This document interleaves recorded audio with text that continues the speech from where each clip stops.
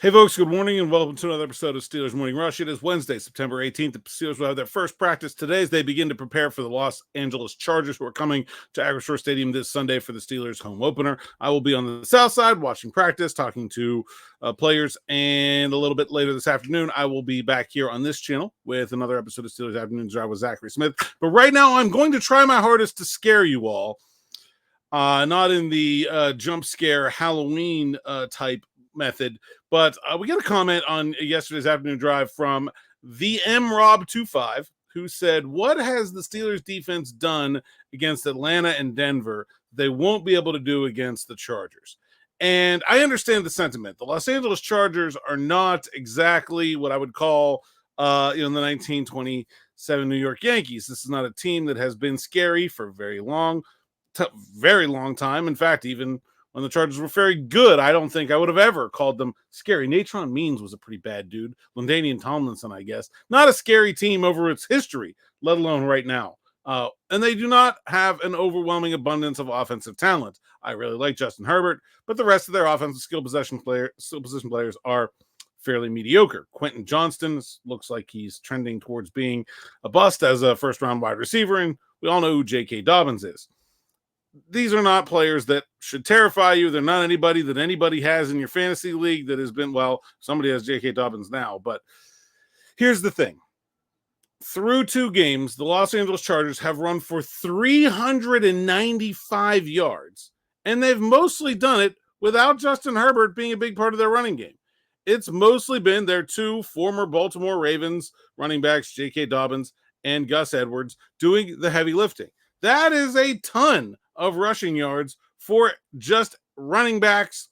The Steelers, who have had Justin Fields do a whole bunch of running, only have 278 rushing yards through 2 games. The Chargers have run 100 yards more or 50 yards more per game than the Steelers through 2 games.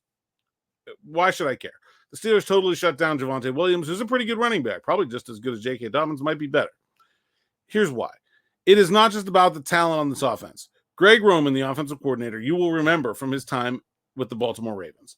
And Roman did okay against the Steelers with the Ravens. I think they played 8 times while he was the Ravens offensive coordinator, and he went 3-5 despite not having Lamar Jackson and a handful of them. But if you recall the way the Steelers defend the Baltimore Ravens, they just essentially dare Lamar Jackson to beat them with his arm, right? They said, if we just tackle Lamar Jackson on every play, the running backs won't hurt us too badly, and then we'll get them behind the sticks, and then they can't hurt us because we don't think he can throw it, and their receivers are good enough to make us pay for that strategy. This offensive system that Greg Roman has implemented, by the way, very successful against the whole rest of the league. You've watched the Baltimore Ravens be very good over that stretch, despite the fact that they had a hard time with the Pittsburgh Steelers. Now imagine if they had a quarterback that with the arm talent of Justin Herbert instead of Lamar Jackson. Imagine if instead of a running quarterback providing the threat, it was a throwing quarterback providing the threat in a similar run-heavy offense with a quarterback who can run. But it's like if you flipped Lamar Jackson inside out, right? Lamar Jackson, one of the best running quarterbacks of all time, he's got a good arm, but he's not terrifying anyone with it, right? Herbert, flip it. He's got a great arm. He can run. No one's like game planning for Justin Herbert's legs, but he can run and he can hurt you that way. And I think this is such a perfect fit for this offense because it really prevents teams from selling out against the run. Quentin Johnston, not that good, but he was a top 15 pick for a reason. He is really tall, really fast, runs down the field well. You start ignoring him, he will make you pay. And so I think what happened the first 2 weeks is the Steelers stopped the run, got teams with bad quarterback situations, an immobile Kirk Cousins and a frankly bad Bo Nix in 3rd and long, and then they teed off. I don't know that they're going to be able to get these Chargers in 3rd and long. I mean, I think they're going to be able to run the ball. I think this scheme is too good at what it does to keep it below 3 yards a carry. Like, they're not going to go out there and do what they did to Javonte Williams to this Greg Roman offense. They're just not. And so I think they're going to be able to possess the ball. I think they're going to be able to work the clock to their advantage and tire out the Steelers defense, which no one has really done before. So I'm not saying the Steelers are going to lose. I'm just saying this is a significantly different challenge than the first two games presented because of the balance of this offense, right? The Falcons had Bijan Robinson to be afraid of, but nobody was afraid of Kirk Cousins. The Broncos had Javonte Williams to be, I don't know if afraid is the right word, but somewhat concerned about, but no reason to fear Bo Nix or any of their receivers because of Bo Nix. Courtland Sutton's good, but he can't control who's getting the ball. Here, they have this rushing attack that is all scheme and offensive line talent, right? It's not the running back himself that you're terrified of. J.K. Dobbins doesn't give defensive coordinators cold sweats at night, but it's the scheme and the quarterback talent put together that I think has been the biggest reason for the Chargers kind of coming out of nowhere to be 2-0. I understand they haven't played anybody, but it is, but you think about that.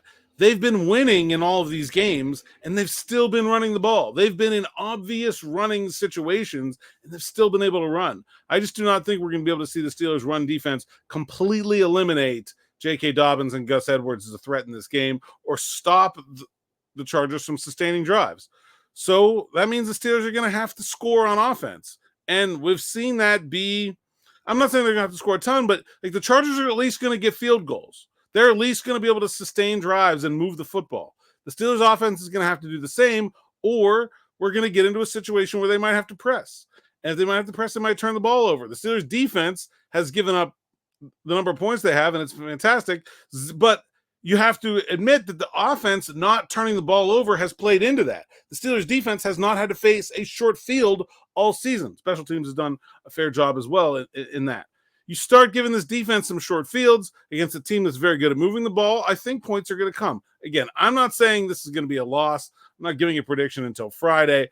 I'm just saying what this Chargers team has done through two games should have your attention. It has my attention. I know it has the Steelers' attention. Greg Roman has always been a very interesting offensive coordinator, and I think you think about those Ravens teams he had, and you always said, man, if they just had a quarterback who could throw the ball down the field with accuracy and precision and keep you off balance, they'd be pretty darn dangerous. And now that's exactly what he has. That's it for now. I'm going to go to practice and learn more about what the Steelers are doing, but I just don't go into this week underestimating the Los Angeles Chargers. Thanks for listening. Thanks for watching. Make sure you like, subscribe, hit that bell for notifications so you don't miss an episode. Steelers Morning Rush, Steelers Afternoon Drive, Sights and Sounds, anything I got going on from the locker room. And we'll see you back here on the YouTube channel or wherever you listen to your podcasts with me and Smitty around 6. Until then, enjoy.